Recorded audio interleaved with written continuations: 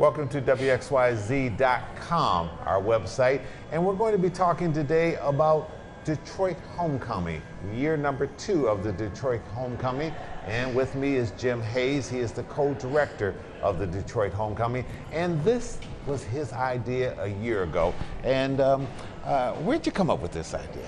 Well, the truth be known, I was having lunch one day with Laura Trudeau of the Kresge Foundation, and I had just moved back to Detroit, and I came back here because you were in New York for a long period of time. I'm from New York. That's my life. And ran some other businesses as well. That's right. That's right. But I've always been intrigued with Detroit. I worked for Sports Illustrated for a long time, and 10 of those years I spent here in the late 60s and early 70s. So I was always keenly interested in Detroit. And as the fortunes of the city ebbed and flowed over the years, I was fascinated. And after being gone for like 30 years, I finally said, I've got to go back there and see if I could possibly find some little Good for you. Well, no. Yeah.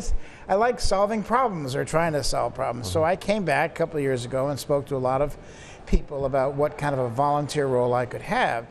And at lunch this one day with Laura Trudeau, and that was the purpose of the lunch, at the end of the lunch she said, you know, I've always thought it would be interesting to do something with expats, people who grew up here, were educated here, born here, but moved on to distinguished careers elsewhere in the country. So I kind of picked up on that, and I tried to develop the idea, and I urged Laura to do something about it, but she frankly said, well, you know, I've got a full plate. If you want to do something about it, you do something about it. So I kind of built the idea, took it to my old pal Keith Crane and said, Keith, what do you think of this idea of having a homecoming, tapping into the expat community, bringing them back, reconnecting them, getting them to meet all the people that are making things happen here, and try to urge and inspire them to do something about Detroit. And he said, let's do it. And how key was Crane's support with Keith Crane, Mary Kramer, that entire operation over there, great staff.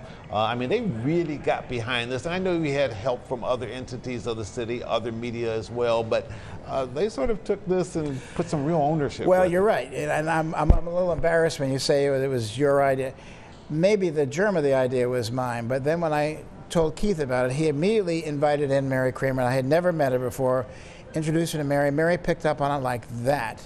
And she's really the one that deserves all the credit, because she really took the idea, further embellished it, got her staff involved very enthusiastically. They do all the logistical work, all the administrative work. I mean, I just try to help them along the way as best I can. Jim, what has surprised you the most from these expatriates? Well, their real enthusiasm and their genuine interest in their old hometown. There's an emotional connection that I heard about, but to see it firsthand and to talk to these people, these guys and these gals, about what Detroit means to them, even though they live elsewhere around the country right now, it's really, that to me has been such a heartwarming but very, very practical reality. And these people are doing something about it. And I'll tell you one conversation I had last year. Okay. Because I loved talking to these expats, and my colleagues at Cranes have heard this endlessly. But there was this one young man there who, his name was Jeff Aronson, and he was born and raised downtown Detroit, went to the University of Michigan, as I recall, but then went on to, he's a private equity guy. He's done extremely well, both in New York and California, and a lot in the fashion industry. And so I was talking to him one night, and I said, tell me, I asked him about his history here. And he said, well, I grew up in downtown Detroit, and we had a family business, and I said, what happened to the family business? He said, well, it did very well for a long, long time. But eventually, it fell on hard times, and you know, we finally sold it to somebody else, and the business went out of town, out of business. And I said, well, what was the business? He said it was Carl's Chop House.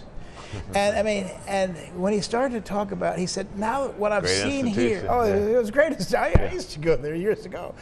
But as he said, you know, I'm going to call my sister. We really ought to think about trying to be a part of this rejuvenation of Detroit by maybe reopening it. Now, he hasn't done it yet, but he's thinking about it.